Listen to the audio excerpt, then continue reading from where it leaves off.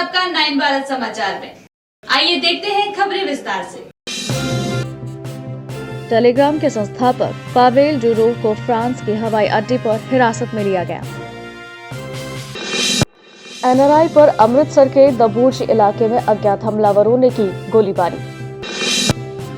गला घोटकर 3 हिस्सों में काटा शव। गाजियाबाद में लव ट्रायंगल में हुई इंटीरियर डिजाइनर की हत्या। बाराबंकी, घर में घुसकर 9 साल की बच्ची से दुष्कर्म, 7 बजे एफआईआर, 10 बजे मुठभेड़ में पकड़ा। वो दिन दूर नहीं जब एमपी में तख्ता पलट होगा। शहजाद अली का घर ढहाने मामले में एआईएमआईएम चीफ ओवैसी ने मोहन सरकार को घेरा।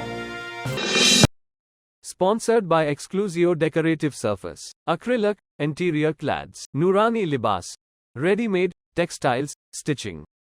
E-was, प्यार से घर संवारने दो।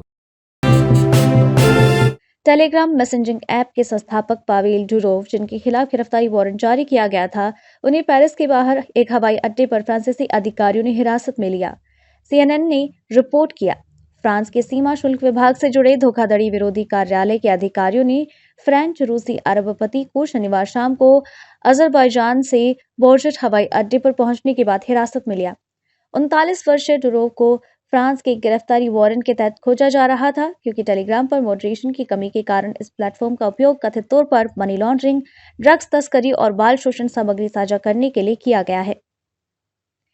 BFM टीवी के अनुसार टेलीग्राम के संस्थापक गिरफ्तारी वारंट जारी होने के बाद से नियमित रूप से फ्रांस और यूरोप की यात्रा नहीं कर रहे थे।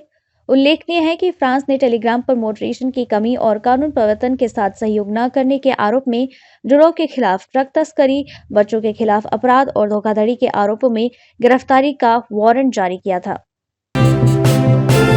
शनिवार सुबह अमृतसर के दबूर्जी इलाके में एक एनआरआई पर 2 अज्ञात सशस्त्र हमलावरों ने उनके घर पर हमला कर गोलीबारी की।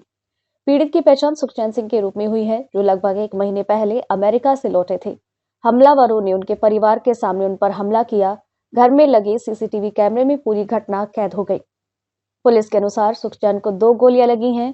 उन्हें तुरंत एक निजी अस्पताल ले जाया गया और उनका इलाज चल रहा है। ये घटना सुबह करीब 7:45 बजे हुई।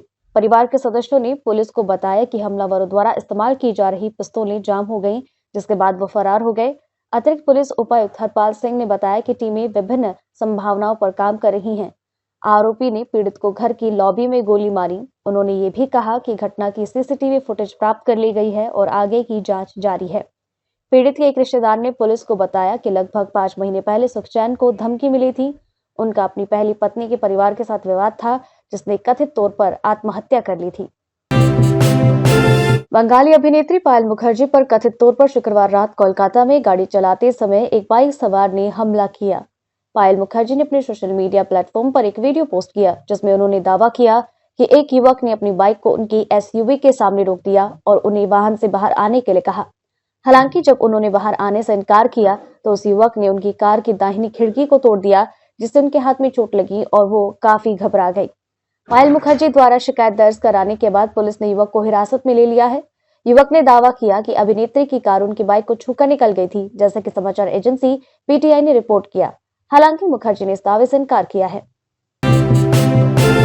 गाजियाबाद के नंदग्राम थाना क्षेत्र में पिछले हफ्ते से लापता एक इंटीरियर डिजाइनर की हत्या के आरोप में पुलिस को शनिवार को एक महिला समेत 3 लोगों को गिरफ्तार किया। इस बारे में जानकारी देते हुए पुलिस ने बताया कि आरोपियों ने गला घोटकर जान लेने के बाद मृतक के शरीर को 3 टुकड़ों में बांटकर नहर में फेंक दिया। पुलिस ने मृतक के शरीर का एक हिस्सा बरामद कर लिया, जबकि अन्य 2 टुकड़ों की तलाश जारी है। आरोपियों ने पुलिस को बताया कि लड़की के चक्कर में उन्होंने युवक की जान ले ली। पुलिस के मुताबिक 35 वर्षीय इंटीरियर डिजाइनर तरुण पवार 16 अगस्त को राजनगर एक्सटेंशन इलाके से लापता हो गए थे और इस संबंध में उनके बहनोई अमन स्वामी ने अगले दिन एफआईआर दर्ज करवाई। स्वामी ने कहा कि पवार किसी काम के पास मोरटा गांव के बाजार गया था, लेकिन वो वापस नहीं लौटे और उनका मोबाइल फोन भी काम नहीं कर रहा था। पुलिस ने बताया कि गुप्त सूचना के आधार पर कार्यवाही करते हुए पुलिस ने शनिवार को 3 आरोपियों पवन, वंश और अंजलि को गिरफ्तार किया। पुलिस उपायुक्त नगर राजेश कुमार सिंह ने संवाददाताओं को बताया कि आरोपियों से मिली जानकारी के बाद पुलिस ने बुलंदशहर जिले में बहने वाली गंग नहर के रामगढ़ जलप्रपात से तरुण के कुछ अंग बरामद किए हैं तथा शरीर के बाकी हिस्सों की तलाश जारी है। सिंह के अनुसार हत्या में प्रयुक्त एक कुदाल और एक दराती, खून से सने 2 गद्दे और आरोपियों द्वारा इस्तेमाल की गई एक कार तथा मृतक पवार की एक अन्य कार भी बरामद की गई है।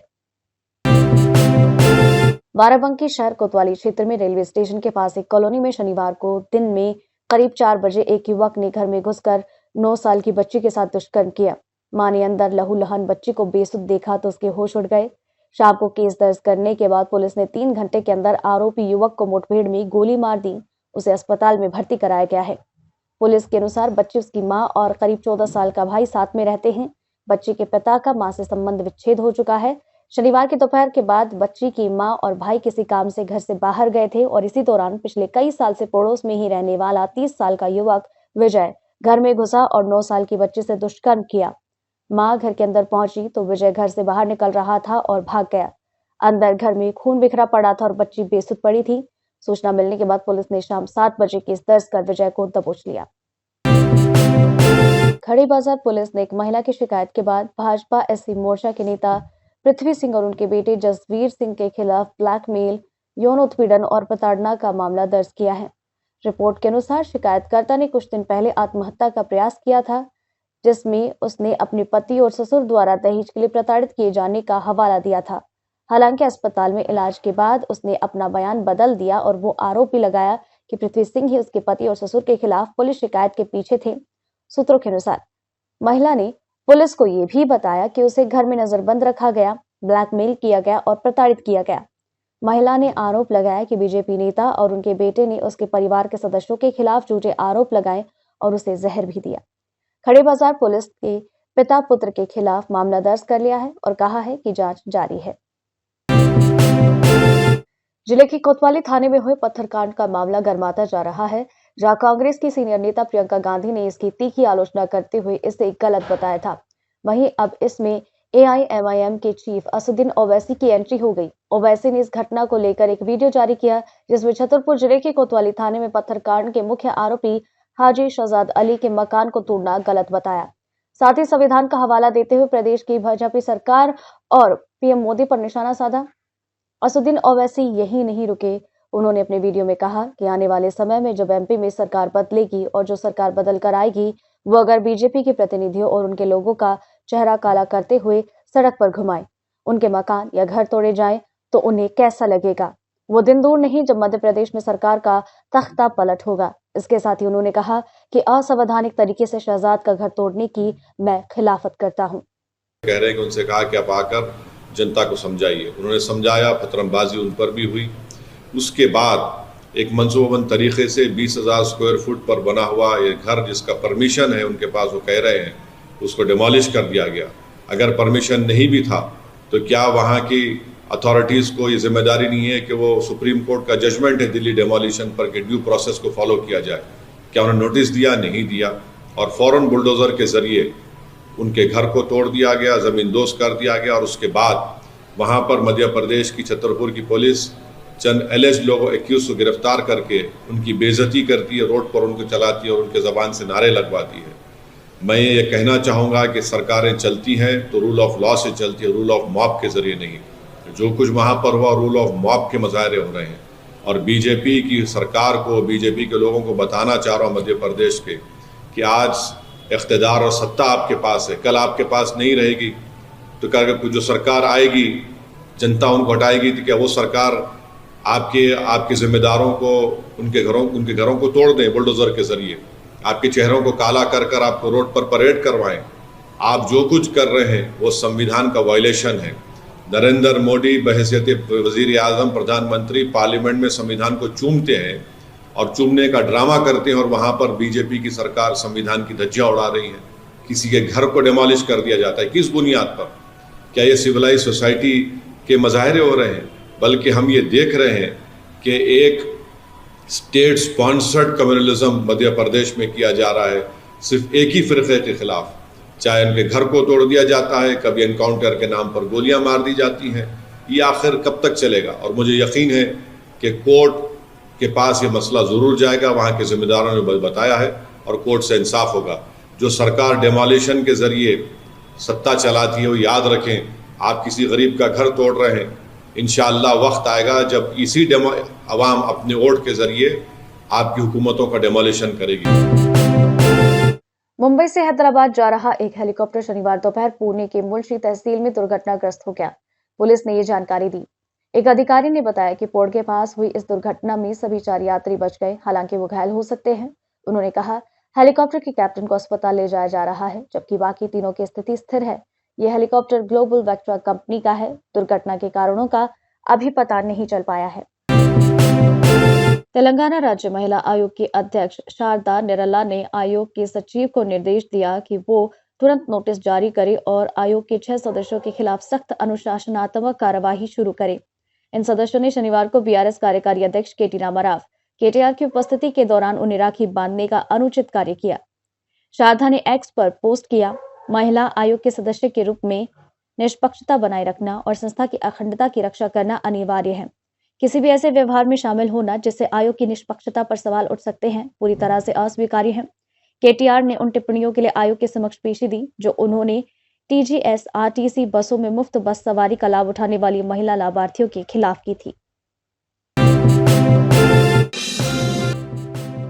टेलीग्राम के संस्थापक पावेल डुरोव को फ्रांस के हवाई अड्डे पर हिरासत में लिया गया। एनआरआई पर अमृतसर के दबूच इलाके में अज्ञात हमलावरों ने की गोलीबारी। गला घोटकर 3 हिस्सों में काटा शव। गाजियाबाद में लव ट्रायंगल में हुई इंटीरियर डिजाइनर की हत्या। बाराबंकी, घर में घुसकर 9 साल की बच्ची से दुष्कर्म, 7 बजे एफआईआर, 10 बजे मुठभेड़ में पकड़ा। वो दिन दूर नहीं जब एमपी में तख्ता पलट होगा। शहजाद अली का घर ढहाने मामले में एआईएमआईएम चीफ ओवैसी ने मोहन सरकार को घेरा। Sponsored by Exclusio Decorative Surface, Acrylic, Interior Clads, Nurani Libas, Ready-made, Textiles, Stitching. E-was, प्यार से घर संवारने दो। अभी के लिए इतना ही। लगातार खबरों के लिए बने रहिए हमारे साथ। नमस्कार।